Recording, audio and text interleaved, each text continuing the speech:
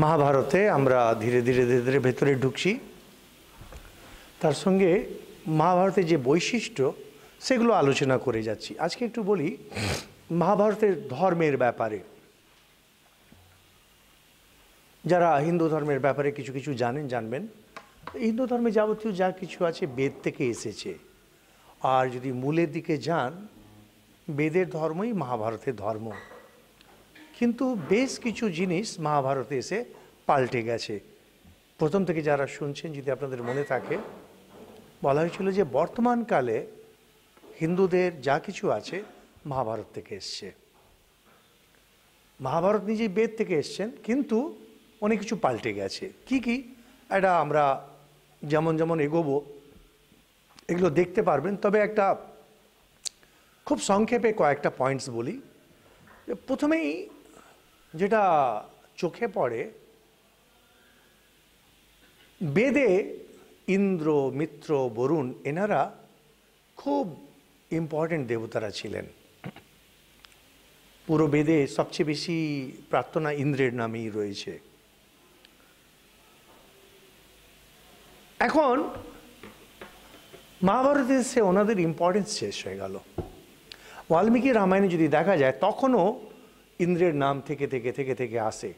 Vishnu just ঢুকছেন। বিশেষ করে বাল্মীকি রামায়ণ যারা শুনে থাকবেন, আগে আগে ইউটিউবে আছে, একটু একটু আসেন, কিন্তু ইন্দ্রের সাংঘাতিক দাম বাল্মীকি রামায়ণে।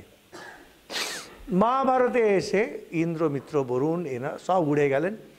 ওনাদের দেবতার মধ্যে একমাত্র অগ্নি থেকে গেলেন। আশ্চর্য দেখবেন, আজকের দিনে যখন হোম আদি হয়, ইন্দ্রাদি দেবতার নামে অর্ঘ্য দেওয়া হয় ঠিকই, অগ্নিকে এখনও রাখা হয়, কিন্তু ঠিক ঠিক ইম্পর্টেন্স বলতে আমরা যেটা বুঝি, এনাদের সবারই চলে গেছে।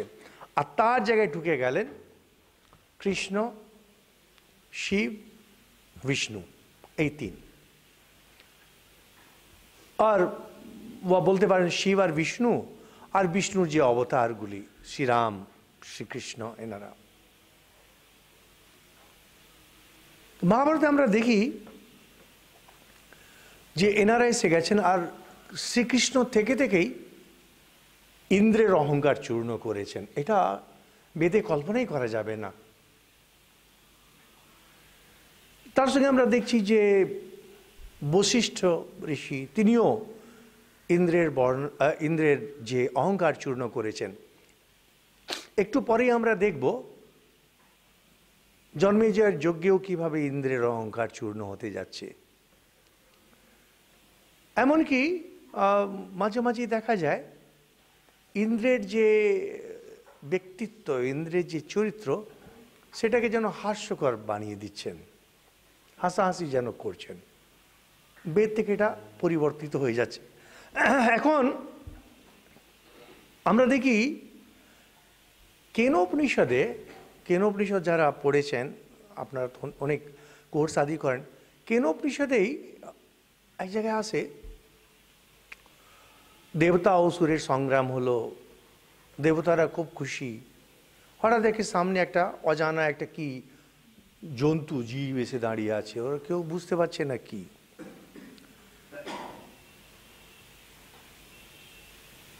অগ্নি গেলেন, বায়ু গেলেন, তাদের অহংকার চূর্ণ করে দিল সেই জিনিস।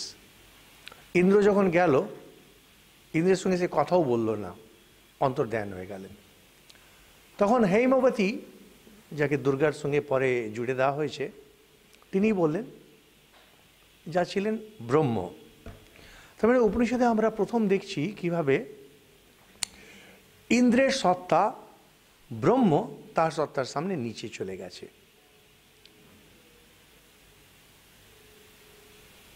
যখন আমরা বেদের ঋচাগুলো যখন পড়ি, আমরা পরে পরে ক্লাস করব এগুলোর উপরে,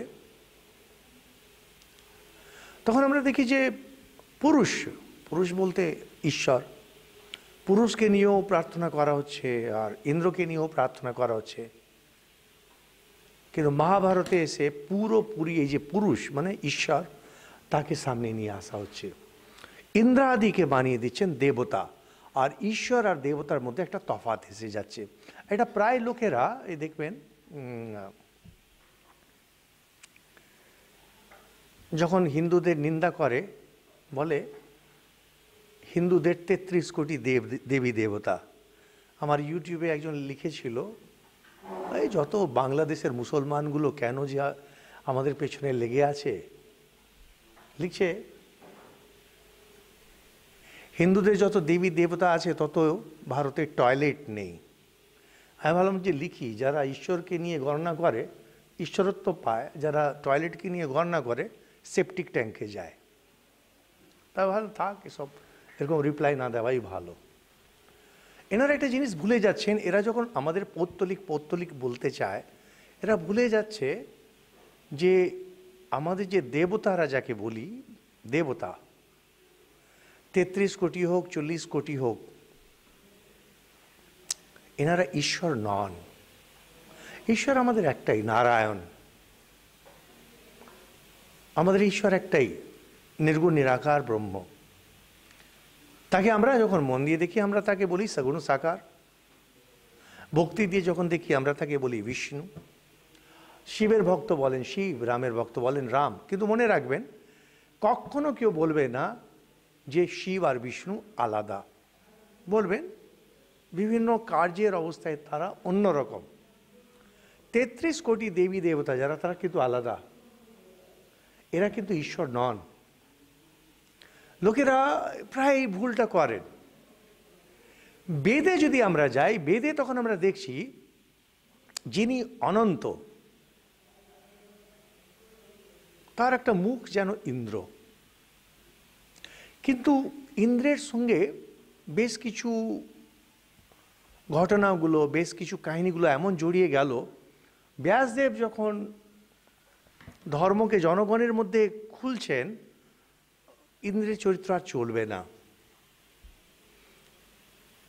যদি একটা জিনিস খুব সহজ জিনিস যদি বোঝেন, একজন খুব ভালো অ্যাক্টর, বিভিন্ন ড্রামা, বিভিন্ন সিনেমাতে তারা একটা মুখোশ লাগিয়ে একটা ভূমিকা, একটা রোল প্লে করেন।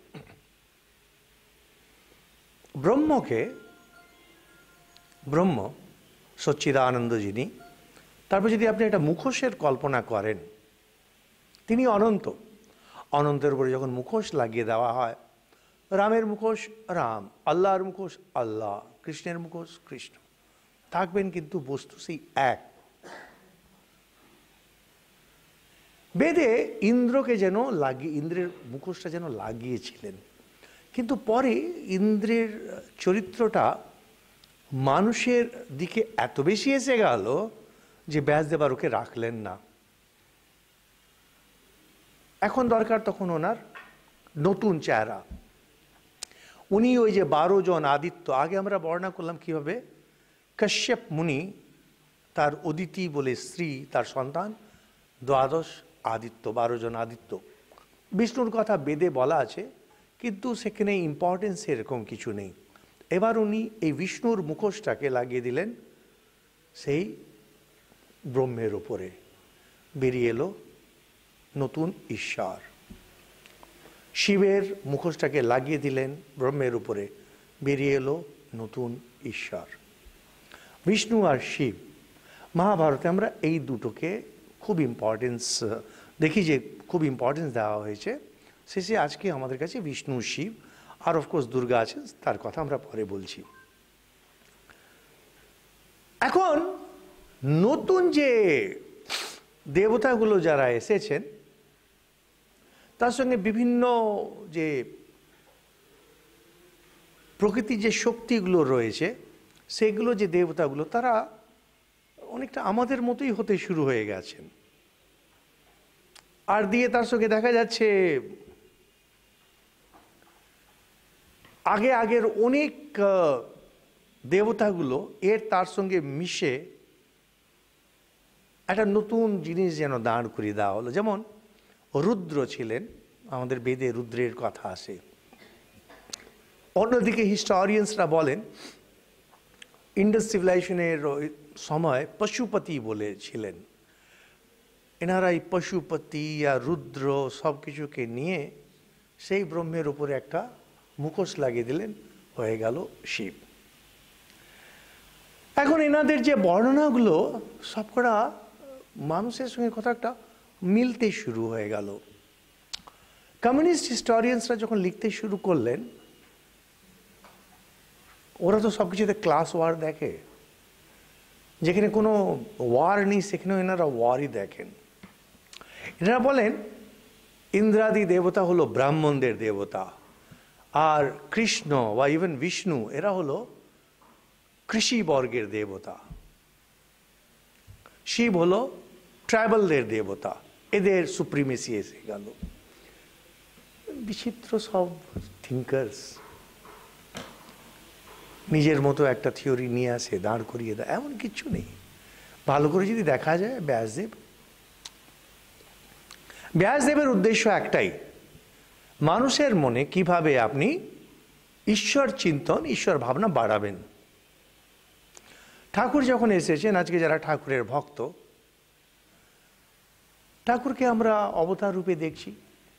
তো বলবেন, ভাই তোমার শ্রীরামকৃষ্ণ কি ছিল? বেদে ছিল, মহাভারতে ছিল না? ঠাকুর তো কোনো দরকার নেই, কিন্তু সচ্চিদানন্দ ছিলেন। সেই সচ্চিদানন্দের উপরে শ্রীরামকৃষ্ণ মুখ লেগে গেল, ইনি হয়ে গেলেন ফেস অফ ইনফাইনাইট, অনন্তের মুখ। শ্রীরামকৃষ্ণ সেই অনন্তের মুখ। এখন ব্যাসদেব এই সব কিছুকে এক জায়গায় মিলিয়ে সুন্দর করে একটা সমন্বয়, একটা এমন সমন্বিত করে দিলেন, সবাই নিজে নিজে নিজে যে জায়গায় যেন পেয়ে গেল। এখন তার সঙ্গে বেদের সময় যে যজ্ঞ এত ইম্পর্টেন্ট ছিল, মহাভারতে এসে পাই যজ্ঞ আছে, কিন্তু যজ্ঞের ইম্পর্টেন্স কমে যাচ্ছে। তার মানে বেদের যে ধর্ম সেখান থেকে আস্তে আস্তে পাল্টে যাচ্ছে। সেখান থেকে হলো তুমি যে স্বধর্ম করছো, তোমার যে জীবনী যাপন করছো, এটাই যজ্ঞ, এটাকেই যজ্ঞ রূপে দেখো। এখন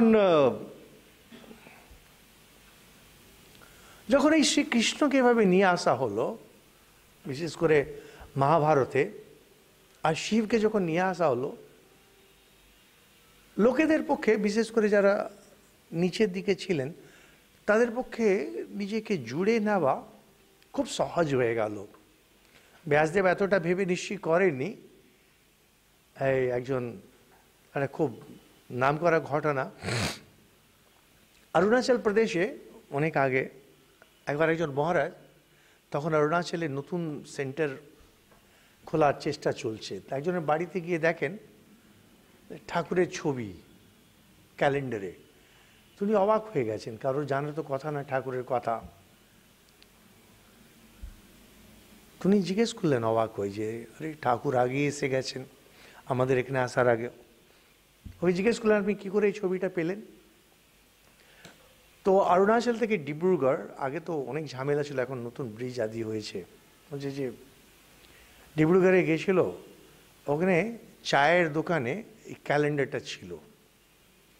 সেই ক্যালেন্ডারটাকে দেখে বললো যে, মুখটা দেখে বললো নিশ্চয়ই ভগবান, মানে কোনো এমনি যে ছবি টবি থাকে তা না।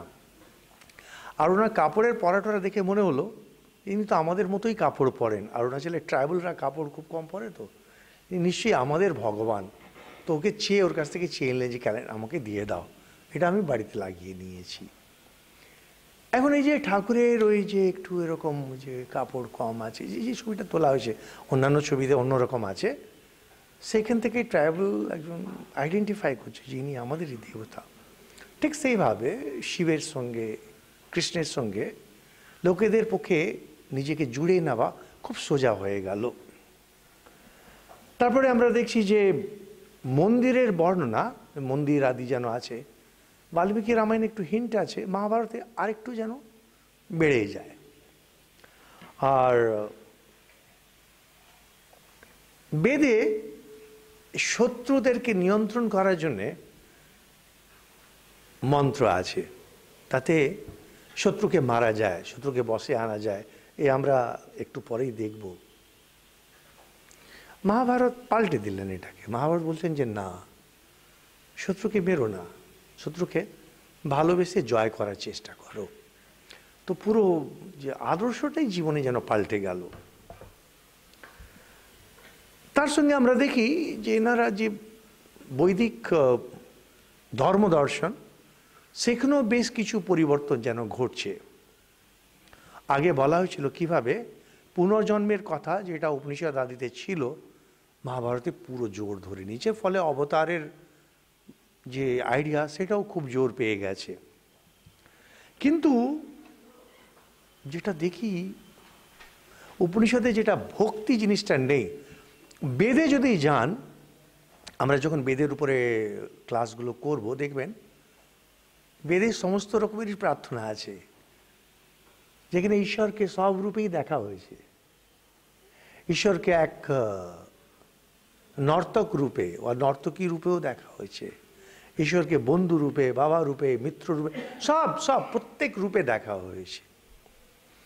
কিন্তু ভক্তি জিনিসটা আমরা যেটা বুঝি আজকে, বেদে সেটা ঠিক ছিল না, যজ্ঞ আদি ছিল।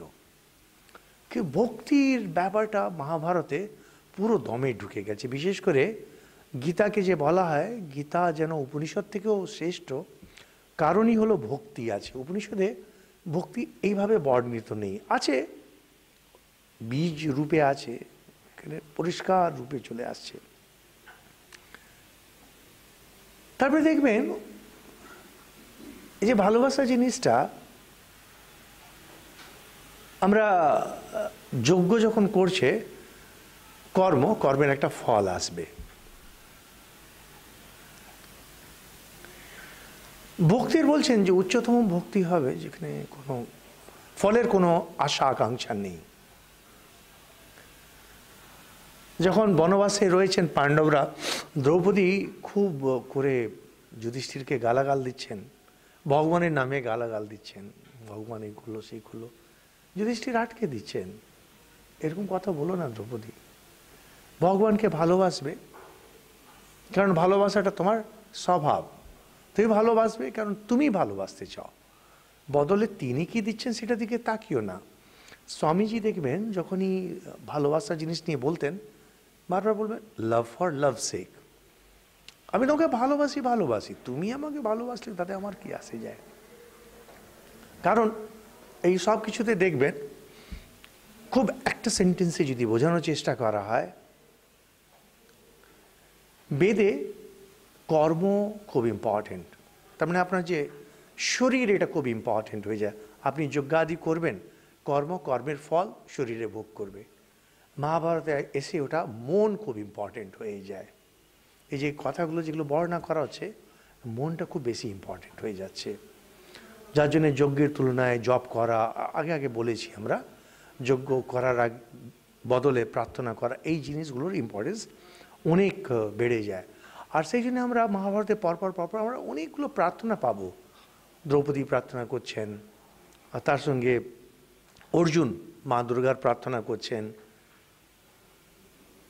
এই ধরনের অনেকগুলো প্রার্থনা একটার পর একটা, এমনকি বিষ্ণু সহস্রনাম, শিব সহস্রনাম সব মহাভারতে আসে একটার পর একটা। আমরা দেখি যে যদিও মহাভারতের ধর্ম বেদেরই ধর্ম, কিন্তু বেদ থেকে ধীরে ধীরে যেন অনেক কিছু যেন না পাল্টে যায়। সেই যদি বলেন যেন একটা নিও বেদিজম বা নিও হিন্দুইজম, স্বামীজিকে নিয়ে যেমন অনেকেই বলে এখন নিও বেদান্ত, একটা নববেদান্ত, ঠিক তেমনি ব্যাসদেব যেন একটা নতুন হিন্দু ধর্ম দিলেন। উনি কি আসলে কোনো নতুন ধর্ম দিলেন? স্বামীজি কি নতুন কোনো ধর্ম দিয়েছেন? কখনো না, নেভার। যারা এরকম মনে করে বিরাট ভুল মনে করে। যখনই একজন আচার্য অবতার আসেন, তারা কোনো একটা বিশেষ যে ভাব হিন্দু ধর্মের, সেইখানে জোর দেন। ওই বিশেষভাবে জোর দেওয়ার জন্যে মনে হয় যেন ইনি আলাদা কিছু বলছেন। কিন্তু যদি আপনি গভীরে যান, দেখবেন এই জিনিসটা আগেই বলা হয়েছে, বিশেষ করে বেদে অবশ্যই আছে। কারণ হিন্দুরা কখনো কোনো জিনিস নেবে না যেটা বেদে নেই। হয়তো একটা সেন্টেন্স আছে চারটে বেদ মিলিয়ে, হাফ সেন্টেন্স আছে, কি আইডিয়ার একটা শুধু হিন্ট আছে, কিন্তু থাকবে অবশ্যই। যদি বেদে না থাকে, ওটা আর হিন্দু ধর্ম থাকে না। ব্যাসদেব ওরিয়েন্টেশনটা পাল্টিয়ে দিলেন, ইমফেসিসগুলো যেগুলো ছিল জোর দেওয়া সেটা উনি পাল্টে দিলেন। ফলে যেন হিন্দু ধর্ম একটা নবকলেবর, যেন নবজীবন একটা পেয়ে গেল। আজকের হিন্দু ধর্ম আমাদের কিন্তু বেদের হিন্দু ধর্ম নয়, মহাভারতের হিন্দু ধর্ম। এই বলে আমরা এবার ঢুকছি সেই যেখানে পরীক্ষিত আর জন্মেজয়, সেই জায়গাটা আমরা ঢুকে যাচ্ছি। জন্মেজয় সর্পযজ্ঞ করছেন। আমরা এই আদি পর্বে আরেকটা বলে আস্তিক পর্ব, হচ্ছে ছোট সেকশন। আমাদের গীতা প্রেসের বইয়ে 51st চ্যাপ্টার ব্রাহ্মণগুলোকে বলছেন যে তক্ষক আমার বাবার হত্যা করেছে, তার প্রতিশোধ আমি নেব। ওরা শুনে বলছেন, ঋষিরা, ঋত্বিজরা, পুরোহিতরা বলছেন দেবতারা আগেই বিধান করে রেখেছেন এটার জন্যে, আর পুরাণে এগুলো বর্ণনা আছে। সর্পসত্রমিতি খ্যাতম পুরাণে পরিপঠ্যতে, পুরাণে আমরা জানি এটা আছে সর্পসত্র। এই একটু আগে আমরা যে আলোচনাগুলো করছিলাম, দুশ্মন তার সঙ্গে বদলা নিতে হবে, যজ্ঞ করো নাশ করো। এনারা এই সর্পসত্র যজ্ঞ করবেন, সাপকে নাশ করবেন। দ্বিতীয়, পুরাণ শব্দটা যদিও আমরা বলি ব্যাসদেব করেছেন, কিন্তু পুরাণ শব্দ হচ্ছে আদিকাল থেকে যে কাহিনীগুলো প্রচলিত, যেখানে যারা খুব নামকরা যারা রাজারা ছিলেন, কোনো মনীষীরা ছিলেন, ঋষিরা ছিলেন, তাদের কথা কাহিনী, তার মধ্যে দেবী দেবতা ভগবান এগুলো ঢুকে রয়েছেন। এগুলো খুব প্রচলিত আধ্যাত্মিক গল্প, এগুলোকে পুরাণ বলা হয়। ভারতে আদিমকাল থেকে, কেউ জানে না কবে থেকে চলে আসছে। ব্যাসদেব সেগুলোকে নিয়ে 18টি পুরাণ দাঁড় করালেন, আর সেগুলো অনেকগুলো কাহিনী তিনি মহাভারতে আনলেন। তো বলছেন যে পুরাণে বর্ণনা আছে, মানে এই জিনিসগুলো যে কত পুরনো হবে ভগবান জানে। করো, ব্যবস্থা করো। তো করতে শুরু করেছে। সব ব্যবস্থা যখন হয়ে গেছে, বলছেন বাস্তুশাস্ত্রের যারা পারঙ্গত, যারা বাস্তুশাস্ত্র বোঝে, তারা ওটা দেখে বলছে আরে এই তো এর মধ্যে গোলমাল আছে, যজ্ঞ পূর্ণ হবে না। দেখুন খুব ইন্টারেস্টিং, যদি এখন আপনাদের মনে থাকে, শর্মা কুকুরের যিনি দেবী, তিনি অভিশাপ প্রথম, হ্যাঁ, সেখান থেকে এবার বলছে যে জায়গাটায় তৈরি হচ্ছে ওটাকে একজন, জানি না এগুলো কতটা সত্য, কতটা আমি মানি আবার মানি না, সবটা মিলে মিশছে আমার। পরিচিত এরকম একটা বাড়ি কিনেছিলেন, ওটাকে দেখে ওই বাস্তুশাস্ত্রের যারা, তারা বলছে আরে এটা কি সর্বনাশ করলে, তো শের মুখ হয়ে গেছে। শের মুখ মানে বাঘের মতো মুখ। এটা গোমুখ যদি হয় ওটা খুব ভালো, গোমুখ, কুর্মা এগুলো। আর ভদ্রলোক এগুলো এত মানতেন না, নিলেন। ওরা তখন অনেক কিছু বলছে যে এটা এটা এখানে এনার্জিসগুলো এটা ঠিক না। আর আমি সত্যি দেখলাম 15 বছরের মধ্যে, ইন লেস দেন 15 years, পুরো বাড়ির সর্বনাশ হয়ে গেল, এন্টায়ার, মানে কমপ্লিটলি। কোটিপতি ছিলেন, সেখান থেকে পুরো শেষ একবারে।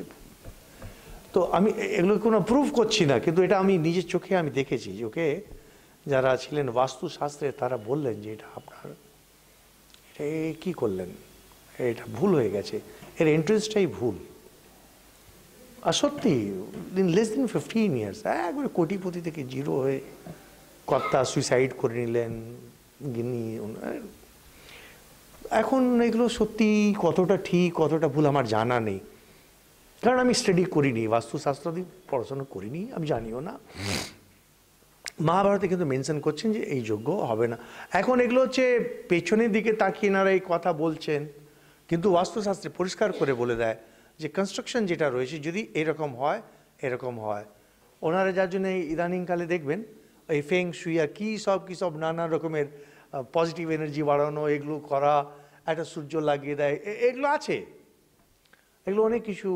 আমি একজনকে জানতাম এই বাস্তুশাস্ত্র, তো একটা সেন্টারে ছিলাম, ওখানে কোনো একটা কারণে দেখি সব কাজগুলো যাচ্ছে কিন্তু আটকে যাচ্ছে, কিছুতেই এগোচ্ছে না, কিছুতেই এগোচ্ছে না।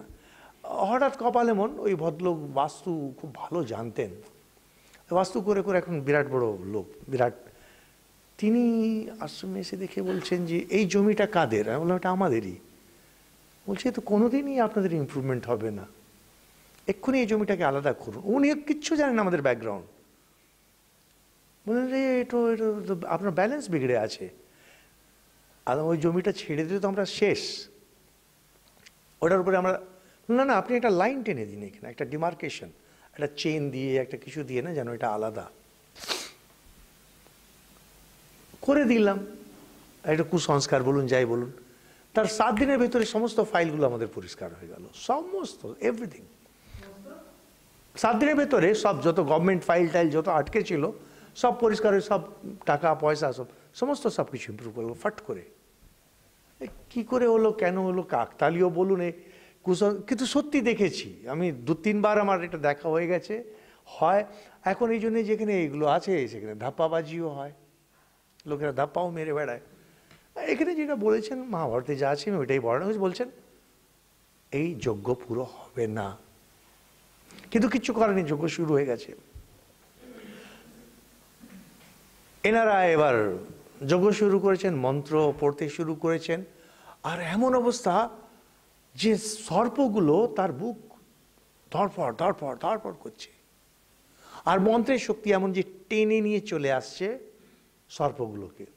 আর সর্প তো এমনি একটা দুটো নেই, কোটি কোটি কোটি কোটি সর্প সব এসে পড়ছে, যজ্ঞের মধ্যে পড়ছে, পুড়ে যাচ্ছে, তার ওই যে চর্বি টর্বি সব বয়ে যাচ্ছে, দুর্গন্ধ ছড়িয়ে যাচ্ছে। তেনারা বলছেন যে তারা অবশ্যই সর্পগুলো এসে পড়ে যাচ্ছে।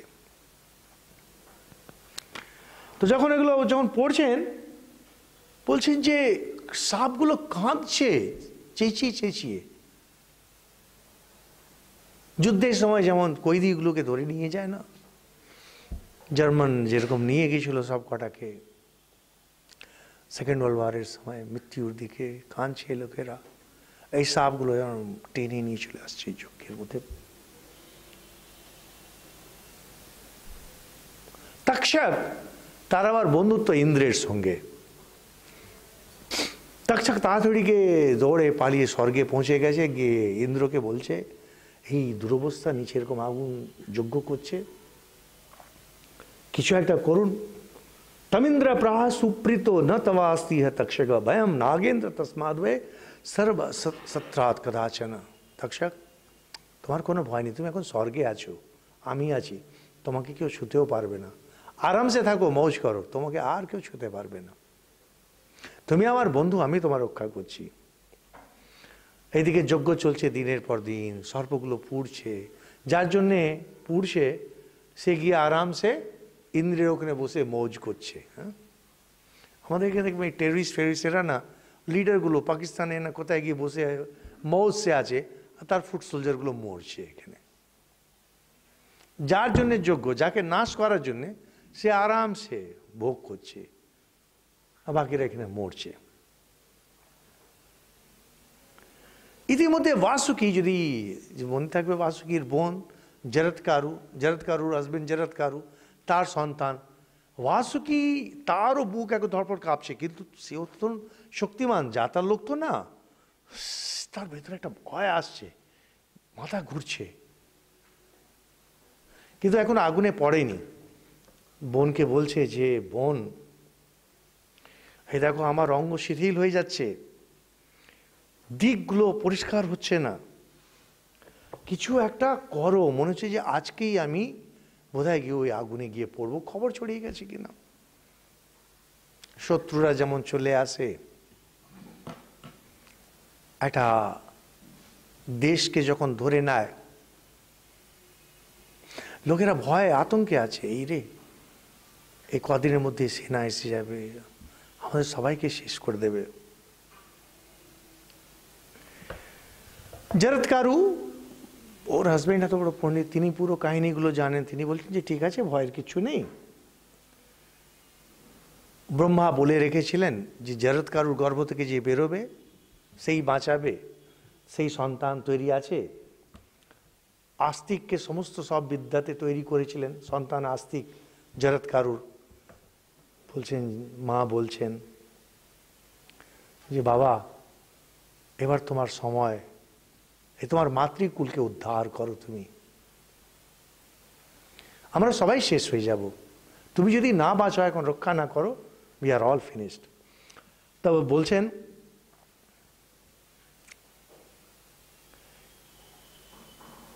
অব্রবীদ দুঃখ সন্তপ্তম বাসুকিম জীবয়ন নিব। আস্তিক শুনে বললেন, ঠিক আছে মা, তোমার কথার মতোই আমি আমার যে মামা বাসুকি তাকে আমি বার করে নিচ্ছি এই দুরবস্থা থেকে। ইতিমধ্যে জন্মেজয়কে যখন বলেছে যে তোমার নাচ সব হয়ে যাবে, ফেল, তিনি বলেছেন ঠিক আছে, এই যে যোগমণ্ডপ এখানে যেন কেউ না ঢুকতে পারে। এর আগে পরীক্ষিত এরকম করে রেখেছিলেন, কেউ যেন না ঢুকতে পারে। ইনিও বলতেছেন আমার অনুমতি ছাড়া কেউ এখানে ঢুকবে না। আস্তিক পৌঁছে গেছেন সেই যজ্ঞ মণ্ডপে, ঢুকতে দেওয়া হলো না। ব্রাহ্মণ কিন্তু ঢুকতে, এখানে দেখুন খুব ইন্টারেস্টিং, আগেও বলা হয়েছিল যে জরৎকারু হাজব্যান্ড তিনি ব্রাহ্মণ, কিন্তু তার যে স্ত্রী সে নাগকন্যা, তার সন্তান কিন্তু ব্রাহ্মণ। সেই জন্য এগুলো খুব ফিক্স ছিল না, এই পরে পরে গিয়ে অনেক গোলমাল হয়েছে। তো আস্তিক যখন দেখছে যে ঢুকতে দিচ্ছে না, এখনো বয়স খুব কম তার, তিনি শুরু করলেন অগ্নিদেবের স্তুতি। যদি যারা একটু বেদের ব্যাপারে একটু জ্ঞান আছে, দেখবেন ঋগ্বেদ আমাদের যেটা মূল বেদ, তার প্রথম সূক্ত অগ্নি সূক্তম, অগ্নি মিড়ে পুরোহিতম, অগ্নি স্তবন করা হয়েছে সেখানে। দেবতাদের যখন স্তবন করা হতো তাতে খুশি করার জন্যে, কিন্তু এই খুশিতে এই না যে ওয়ান টাইম খুশি, এনাদের ওই সারা জীবনের একটা সাধনা আছে। সারা জীবনের সাধনার উপরে সামনে ওই সময় একটা বিশেষ স্তুতি করে। অগ্নি দেবতার স্তুতি মহাভারতে অনেকবার বিভিন্ন অবস্থায় আসে। মানুষ আগুনকে খুব ভয় পায়। যখনই ওরকম আগুন আসতো, এনারা ঋষি, এনারা খুব উচ্চমানের ঋষি, এনারা সব স্তবন করছেন, এত সুন্দর স্তবন করছেন। তো স্তুতি যখনই করা হয়, স্তুতিগুলো জেনারেলি করা হয় অগ্নি তার যে চরিত্র, দেবতা রূপে যে চরিত্র, সেটার বর্ণনা। আমরা এটাতে ডিটেলে যাচ্ছি না, যখন যেখানে সুযোগ হবে সেখানে আমরা করব, কারণ এই স্তব আদি বেদে অনেক সুপিরিয়র রয়েছে। মূল বক্তব্য অগ্নি চরিত্র, কিভাবে তিনি যোগ্য দেবতাদের কাছে নিয়ে যান, তার কতগুলো নাম রয়েছে ইত্যাদি ইত্যাদিগুলো বলছেন। ওই সুন্দর স্তব হচ্ছে আর এত উচ্চ মানের অন দ্য স্পট তৈরি করছে, একটা কেমন একটা এনভায়রনমেন্ট তৈরি হয়ে গেছে। শুনে ওটা দেখে জন্মে বলছেন 56 নম্বর অধ্যায়ে বলছেন, বালোপিয়ান স্থবিরা ইব অবভাষতে। স্থবিরা, স্থবিরা মানে হয় বৃদ্ধ, মানে খুব যিনি অ্যাডভান্স, বাচ্চা ছেলে, কথাগুলো একবারে বৃদ্ধ পুরুষ, জ্ঞানী পুরুষের মতো। কে এই বালকটি? কে? নায়ম বাল স্থবিরোয়ম মতো মে, বাচ্চা নয়, স্থবির ঋষি, একটা উচ্চমানের ঋষি। নিয়ে এসো, যা বর চায় আমরা দেবো। যেমনিও বলতে যাচ্ছে বলো কি চাও, তখনই বলছে ব্রাহ্মণরা বলছে দাঁড়ান দাঁড়ান, আমাদের যে আসল তক্ষক সে এখনো আসেনি।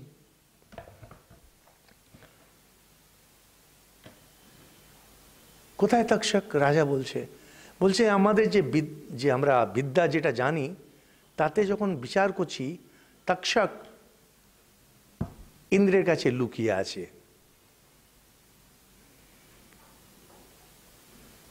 তখন বলছেন ইন্দ্র বলে রেখেছে তোমার কোনো চিন্তা নেই। তিনি প্রচন্ড রেগে গিয়ে বলছেন দেখো দেখো কোথায় ব্রাহ্মণরা বলছেন ইন্দ্রের যে অঙ্গবস্ত্র, এই উত্তরীয় যেটাকে বলে, তক্ষক সেখানে লুকিয়ে আছে। জনক বলছেন যে ইন্দ্রের বাড়িতে যখন ইন্দ্রকে আশ্রয় করে যখন আছে, ইন্দ্র শুদ্ধ তক্ষককে যজ্ঞে নামাও।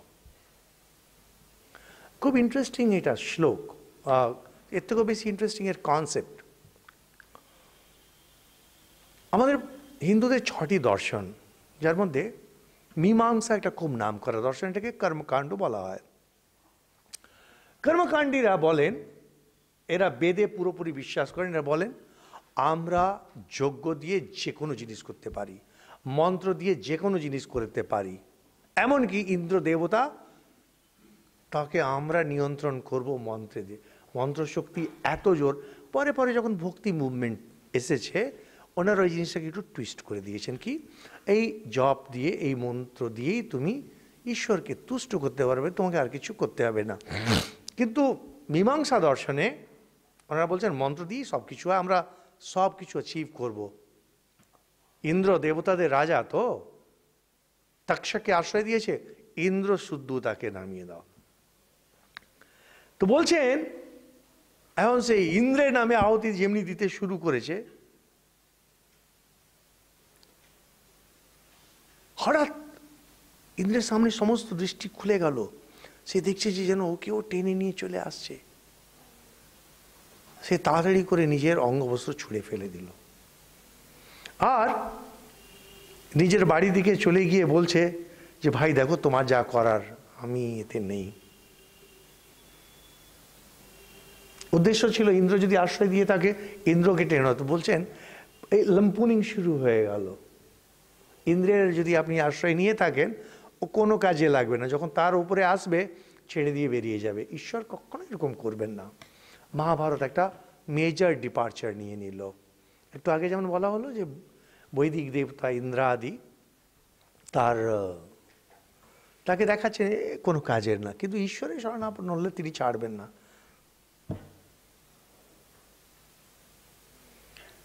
ইন্দ্র শরণাগত, তাকে ছেড়ে দিয়েছে। এবার ওরা দেখছে তক্ষক এবার আকাশ থেকে মন্ত্রের শক্তি তোকে টেনে নামিয়ে নিচ্ছে, টামিয়ে নিয়ে। তখন ব্রাহ্মণরা বলল ঠিক আছে, এবার আপনি বর দিতে পারেন, এসে গেছে।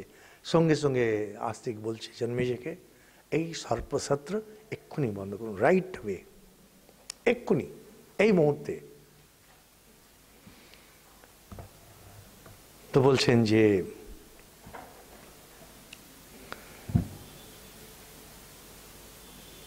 জন্মেজয়ের মনটা খুব খারাপ হয়ে গেল।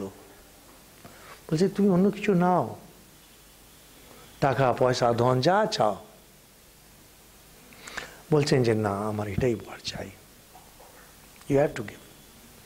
তক্ষক আর এই পাণ্ডব বংশের লড়াই খুব পুরনো। এই পরে যখন খাণ্ডব বন্ধন সেকেন্ড থেকে শুরু হবে। খাণ্ডব বন্ধনের সময় প্রথম অর্জুন আর তক্ষকের লড়াই লাগে, সেকেন্ড থেকে কর্ণ অর্জুনের যখন লড়াই তখন লাগে। সেই রাগটা পুষে পরীক্ষিতের সময় বেরোয়, সেই রাগটা আবার এই জন্মে। এদের এই লড়াইটা না কয়েক জেনারেশন ধরে চলছে। তখন এনারা এই বলছেন যে নাম করা কারা কারা কারা কারা মারা গেল বর্ণনা করে বলছেন যে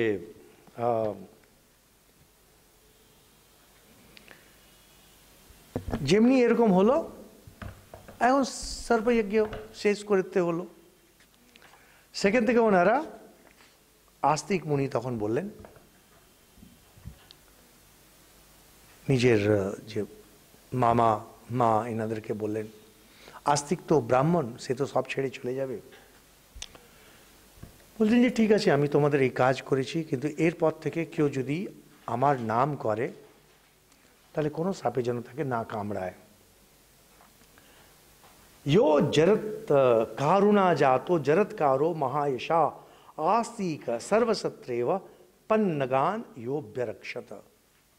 বলছেন জরৎকারু ঋষি, জরৎকারু কন্যার সঙ্গে যে সন্তান আস্তিক হয়েছিল, তিনি সর্পসত্রে তুমি এই সর্পগুলো রক্ষা করেছিলেন। সেই আস্তিক মুনিকে আমি স্মরণ করি। এরপরে যদি কোনো সাপে কামড়ায় সেই সাপের সঙ্গে সঙ্গে মৃত্যু হবে। আস্তিক মুনি এই বরটা নিলেন সর্পবংশ থেকে। আমরা যখন বাচ্চা ছিলাম গ্রামে, তো আমাদের বলতো এরকম রাস্তায় যাওয়ার সময় ক্ল্যাপিং করে করে আস্তিক মুনি আস্তিক মুনি আস্তিক মুনি যাবে বলে যাবে।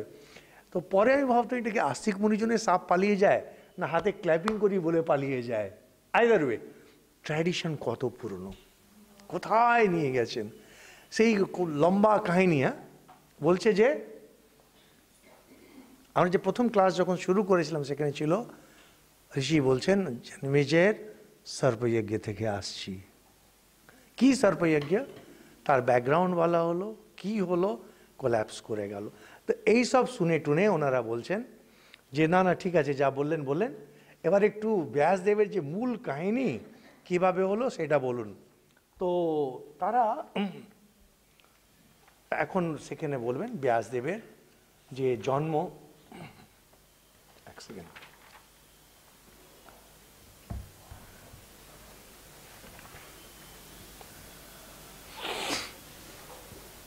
বলছেন ব্যাসদেব এই রচনাকে 3 বছরে পুরো করেছিলেন। আগে বলা ছিল কিভাবে গণেশ এটাকে লিখেছেন। আর সেই পুরনো কথা, ধর্মে চ আর্থে চ কামে চ মোক্ষে চ ভর্তর্ষভ यद अस्ति तद अन्यत्र यन न यह अस्ति न तत् क्वचित। ধর্ম অর্থ কাম মোক্ষ এই 4টি ব্যাপারে যা কিছু মহাভারতে আছে এর বাইরে কোথাও কিচ্ছু নেই। এই বলে আমাদের ইন্ট্রোডিউস করছেন। নেক্সট ডে হবে ব্যাস মুনির জন্ম কিভাবে হলো।